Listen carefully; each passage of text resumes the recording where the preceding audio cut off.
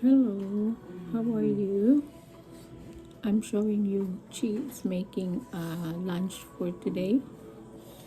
Soup, pasta, macaroni pasta, soup with carrots and celery. Filipino style of cooking. So yummy.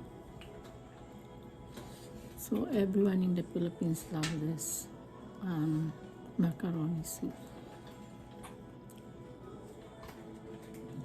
Hope you're gonna love this too. Try at home, cook it.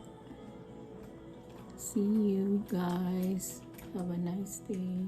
Don't forget, keep watching my videos. You learn more. Lots of food here in Canada. Bye for now.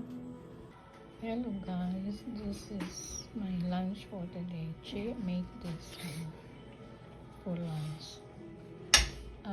Noodle soup, Filipino style with bitter vegetable and carrots.